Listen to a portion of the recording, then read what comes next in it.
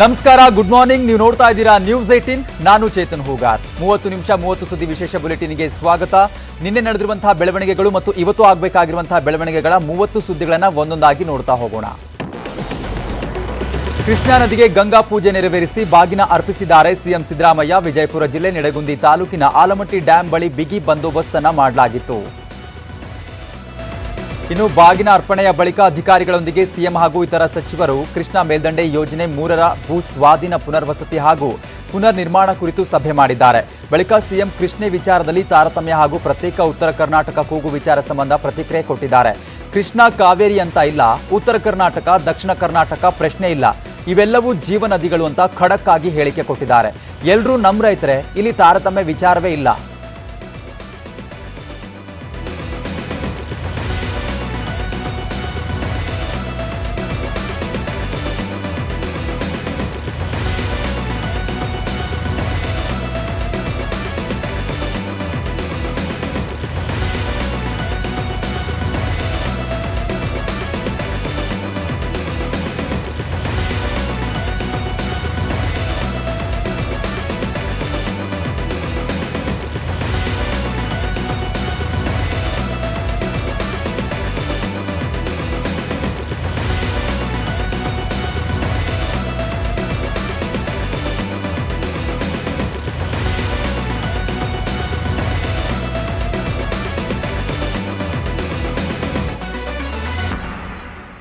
ತಮಿಳುನಾಡು ಕೇಳಿದಷ್ಟು ನೀರು ಬಿಡೋದಕ್ಕೆ ಆಗೋದಿಲ್ಲ ಅಂತ ಕಾವೇರಿ ನೀರು ನಿರ್ವಹಣಾ ಪ್ರಾಧಿಕಾರಕ್ಕೆ ರಾಜ್ಯ ಸರ್ಕಾರ ಪತ್ರ ಬರೆದಿದೆ. ಆಗಸ್ಟ್ 29ರಿಂದ ಸೆಪ್ಟೆಂಬರ್ 12ರವರೆಗೆ ಪ್ರತಿದಿನ 5,000 ಕ್ಯೂಸೆಕ್ ನೀರು ಬಿಡಲು ಕಷ್ಟ ಆಗುತ್ತೆ.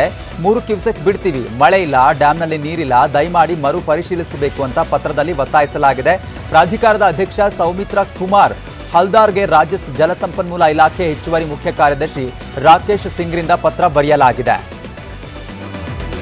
ಇನ್ನು ಮತ್ತೊಂದು ಕಡೆ ಮಂಡ್ಯದಲ್ಲಿ ಕಾವೇರಿ ಕಿಚ್ಚು ಆರಿಲ್ಲ. ಇವತ್ತು ಕೂಡ ರೈತರ ಕಾವೇರಿ ಹೋರಾಟ ಮುಂದುವರಿಯಲಿದೆ. ಇತ್ತ ಶ್ರೀರಂಗಪಟ್ಟಣದಲ್ಲಿ ಭೂಮಿ ತಾಯಿ ಹೋರಾಟ ಸಮಿತಿಯಿಂದ ಹೋರಾಟ ನಡೆಸಲಿದ್ದು, ಅತ್ತ ಕೆಆರ್ಎಸ್ ಡ್ಯಾಂ ಬಳಿ ಕರ್ನಾಟಕ ರಾಜ್ಯ ರೈತ ಸಂಘದಿಂದ ಹೋರಾಟ ನಡೆಯಲಿದೆ. ಇನ್ನು ಮಂಡ್ಯದಲ್ಲಿ ಬಿಜೆಪಿಗರು ಅಪ್ಪಿಕೋ ಚಳವಳಿ ನಡೆಸಲು ಸಜ್ಜಾಗಿದ್ದಾರೆ. ಬಿಜೆಪಿ ನಾಯಕರು ಕಾವೇರಿ ನೀರಾವರಿ ನಿಗಮದ ಮುಂಭಾಗ ಅಪ್ಪಿಕೋ ಚಳವಳಿ ನಡೆಯಲಿದೆ.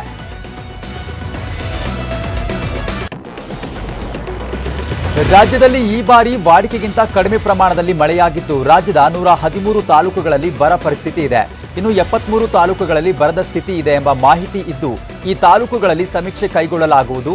ಈ ವರದಿಗಳ ಅನುಸಾರ ಯಾವ ತಾಲೂಕುಗಳನ್ನ ಬರಪೀಡಿತ ತಾಲೂಕುಗಳಂತ ಘೋಷಿಸಬೇಕು ಎಂಬುದರ ಬಗ್ಗೆ ನಾಳೆ ನಡೆಯುವ ಸಭೆಯಲ್ಲಿ ತೀರ್ಮಾನಿಸಲಾಗುತ್ತೆ. ನಾಳೆ ಸಚಿವ ಸಂಪುಟದ ಉಪಸಮಿತಿ ಸಭೆ ನಡೆಯಲಿದ್ದು, ಬಳಿಕ ಬರ ತಾಲೂಕುಗಳ ಬಗ್ಗೆ ಘೋಷಣೆ ಮಾಡಲಾಗುತ್ತೆ ಎನ್ನಲಾಗ್ತಿದೆ.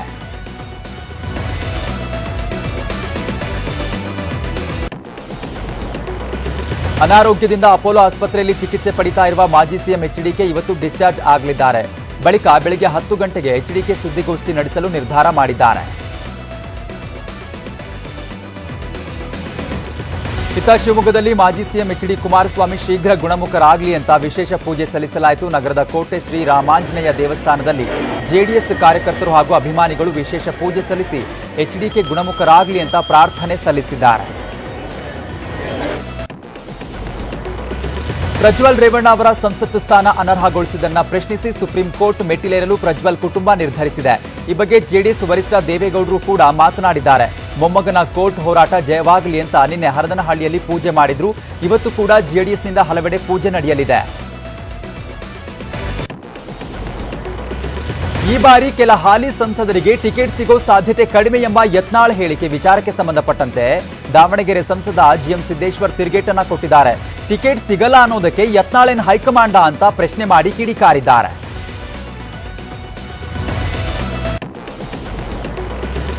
ಶಿವಮೊಗ್ಗ ಜಿಲ್ಲಾ ಪ್ರವಾಸದಲ್ಲಿರುವ ಮಾಜಿ ಸಿಎಂ ಬಿಎಸ್ವೈ ಟೆಂಪಲ್ ರನ್ ಮಾಡಿದ್ದಾರೆ. ಶಿಕಾರಿಪುರ ಕ್ಷೇತ್ರದಲ್ಲಿನ ದೇವಾಲಯಗಳಿಗೆ ಭೇಟಿ ನೀಡಿ ದೇವರ ದರ್ಶನ ಪಡೆದಿದ್ದಾರೆ.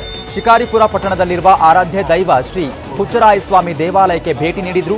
ಬಳಿಕ ಉಡುತಡಿಯ ರಾಘವೇಂದ್ರ ಸ್ವಾಮಿ ದೇವಾಲಯಕ್ಕೂ ಭೇಟಿ ನೀಡಿದ್ರು. ಬಳಿಕ ಶಿಕಾರಿಪುರ ಶಾಸಕ ಬಿವೈ ವಿಜಯೇಂದ್ರ ಕಚೇರಿಗೆ ಭೇಟಿ ನೀಡಿ ಕೆಲಕಾಲ ಮಾತುಕತೆ ಮಾಡಿದ್ರು. ಈ ವೇಳೆ ತಂದೆ ಕಾಲಿಗೆ ಬಿದ್ದು ಬಿವೈ ವಿಜಯೇಂದ್ರ ಆಶೀರ್ವಾದವನ್ನ ಪಡೆದುಕೊಂಡ್ರು.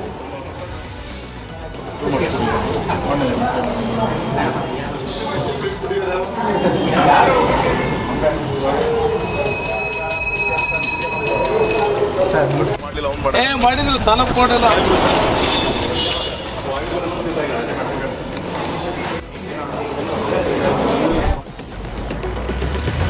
ಆಗಲೇ ಹೇಳಿದಾಗಲೇ ಕೃಷ್ಣಾ ನದಿಗೆ ಗಂಗಾ ಪೂಜೆ ನೆರವೇರಿಸಿದ್ದಾರೆ. ಸಿದ್ದರಾಮಯ್ಯನವರು ಬಾಗಿನ ಅರ್ಪಿಸಿದ್ದಾರೆ. ವಿಜಯಪುರ ಜಿಲ್ಲೆ ನಿಡಗುಂದಿ ತಾಲೂಕಿನ ಆಲ್ಮಟ್ಟಿ ಡ್ಯಾಂ ಬಳಿ ಬಿಗಿ ಬಂದೋಬಸ್ತ್ ಕೂಡ ಮಾಡಲಾಗಿತ್ತು.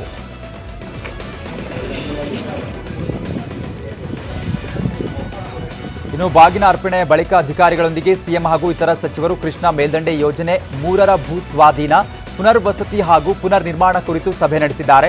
ಬಳಿಕ ಸಿಎಂ ಕೃಷ್ಣೆ ವಿಚಾರದಲ್ಲಿ ತಾರತಮ್ಯ ಹಾಗೂ ಪ್ರತ್ಯೇಕ ಉತ್ತರ ಕರ್ನಾಟಕ ಕೂಗು ವಿಚಾರಕ್ಕೆ ಸಂಬಂಧಪಟ್ಟಂತೆ ಪ್ರತಿಕ್ರಿಯೆ ಕೊಟ್ಟಿದ್ದಾರೆ. ಕೃಷ್ಣಾ ಕಾವೇರಿ ಅಂತ ಇಲ್ಲ, ಉತ್ತರ ಕರ್ನಾಟಕ ದಕ್ಷಿಣ ಕರ್ನಾಟಕ ಪ್ರಶ್ನೆ ಇಲ್ಲ, ಇವೆಲ್ಲವೂ ಜೀವನದಿಗಳು ಅಂತ ಖಡಕ್ ಆಗಿ ಉತ್ತರ ಕೊಟ್ಟಿದ್ದಾರೆ. ಎಲ್ಲರೂ ನಮ್ಮ ರೈತರೇ, ಇಲ್ಲಿ ತಾರತಮ್ಯ ವಿಚಾರವೇ ಇಲ್ಲ, ನಮ್ದು ಅಖಂಡ ಕರ್ನಾಟಕ ಅಂತ ಸಿಎಂ ಸಿದ್ದರಾಮಯ್ಯ ಪ್ರತಿಕ್ರಿಯೆ ಕೊಟ್ಟಿದ್ದಾರೆ. ಕೃಷ್ಣಾ ಕಾವೇರಿ ಅಂತಿಲ್ಲ, ಇವೆಲ್ಲ ಜೀವನಗಳು. ಕರ್ನಾಟಕದಲ್ಲಿರ್ತಕ್ಕಂಥ ಎಲ್ಲರೂ ರೈತರು, ಕಾವೇರಿ ಬೇಸಿನಲ್ಲಿರೋ ರೈತರು, ಕೃಷ್ಣಾ ಬೇಸಿನಲ್ಲಿರೋ ರೈತರು, ಎಲ್ಲರೂ ನಮ್ಮ ರೈತರು ಅಲ್ವಾ. ಅದರಿಂದ ಡಿಸ್ಕ್ರಿಮಿನೇಷನ್ ಮಾಡೋ ಪ್ರಶ್ನೆನೇ ಇಲ್ವಲ್ಲ. ಕರ್ನಾಟಕ ಅಖಂಡ. ಬಾಗಲಕೋಟೆಯ ಇಳಕಲ್ ತಾಲೂಕಿನ ಕರಡಿ ಗ್ರಾಮದಲ್ಲಿ ಧಾರಾಕಾರ ಮಳೆಗೆ ಹಳ್ಳ ತುಂಬಿ ಹರಿಯುತ್ತಿದೆ. ಇದರಿಂದಾಗಿ ಗ್ರಾಮದ ಜಾಕ್ ಮಲದಿನ್ನಿ, ಬೇಕನ ಮಲದಿನ್ನಿ ಮತ್ತು ಪಾಲತಿ ದಾಸವಾಳ ರಸ್ತೆ ಸಂಚಾರಕ್ಕೆ ಅಡ್ಡಿ ಎದುರಾಗಿದೆ. ಇನ್ನು ಗ್ರಾಮದಲ್ಲಿ ಮೊದಲಿದ್ದ ಕಿರು ಸೇತುವೆ ಕೆಡವಿ ಹೊಸ ಸೇತುವೆ ನಿರ್ಮಾಣಕ್ಕೆ ಮುಂದಾಗಿದ್ರು. ಆದರೆ ನಿಗದಿತ ಸಮಯಕ್ಕೆ ಕಾಮಗಾರಿ ಮುಗಿಯದೆ ವಾಹನ ಸವಾರರು ಹಾಗೂ ಜನರು ಪರದಾಡ್ತಿದ್ದಾರೆ. ಇತ್ತ ಕೋಲಾರದಲ್ಲಿ ಗುಡುಗು ಸಹಿತ ಧಾರಾಕಾರ ಮಳೆಯಾಗಿದೆ. ಬಿತ್ತನೆ ಕಾರ್ಯ ಮಾಡಿರುವ ರೈತರ ಮೊಗದಲ್ಲಿ ಮಂದಹಾಸ ಮೂಡಿದೆ. ಕಳೆದ 2 ವಾರಗಳಿಂದ ವಾತಾವರಣದಲ್ಲಿ ಒಣ ಹವೆಯಿಂದ ಕಂಗಾಲಾಗಿದ್ದ ಕೋಲಾರದ ಜನರು ಮಳೆಯಿಂದಾಗಿ ಫುಲ್ ಖುಷಿಯಾಗಿದ್ದಾರೆ. ಕೋಲಾರದಲ್ಲಿ ಇನ್ನೂ 2 ದಿನಗಳ ಕಾಲ ಭಾರೀ ಮಳೆ ಸುರಿಯಲಿದೆ ಅಂತ ಹವಾಮಾನ ಇಲಾಖೆ ಮುನ್ಸೂಚನೆ ಕೊಟ್ಟಿದೆ.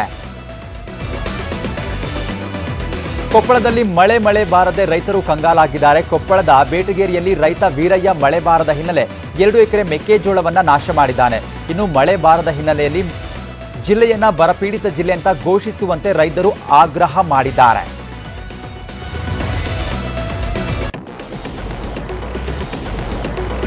ವಿದ್ಯುತ್ ಖರೀದಿ ಹೊಂದಾಣಿಕೆ ಶುಲ್ಕ ಕಡಿತಗೊಳಿಸಿ ಬೆಸ್ಕಾಂ ಆದೇಶ ಹೊರಡಿಸಿದೆ.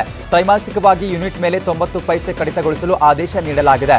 ಕಳೆದ ಅವಧಿಯಲ್ಲಿ ವಿವಿಧ ಹಂತಗಳಲ್ಲಿ ಒಟ್ಟು 2.5 ರೂಪಾಯಿ ಹೊಂದಾಣಿಕೆ ಶುಲ್ಕ ವಿಧಿಸಿದ್ದ ಬೆಸ್ಕಾಂ ಏಪ್ರಿಲ್, ಜೂನ್, ಜುಲೈ ತಿಂಗಳಲ್ಲಿ ಹೊಂದಾಣಿಕೆ ಶುಲ್ಕ ವಿಧಿಸಿತ್ತು. ಆದರೆ ಸೆಪ್ಟೆಂಬರ್ ತಿಂಗಳಿನಿಂದ ಮುಂದಿನ 3 ತಿಂಗಳ ಹೊಂದಾಣಿಕೆ ಶುಲ್ಕ ಕಡಿತಗೊಳಿಸಿದೆ. ಯೂನಿಟ್ಗೆ 51 ಪೈಸೆ ಹಾಗೂ 64 ಪೈಸೆಯಂತೆ ಒಟ್ಟು 1.15 ಪೈಸೆ ಗ್ರಾಹಕರಿಗೆ ಪಡೆಯುವಂತೆ ಆದೇಶ ಹೊರಡಿಸಲಾಗಿದೆ. ಈ ಮೂಲಕ ಬೆಸ್ಕಾಂ ಕಳೆದ ತ್ರೈಮಾಸಿಕಕ್ಕಿಂತ 90 ಪೈಸೆಯಷ್ಟು ವಿದ್ಯುತ್ ಹೊಂದಾಣಿಕೆ ಶುಲ್ಕ ಕಡಿತಗೊಳಿಸಿದೆ.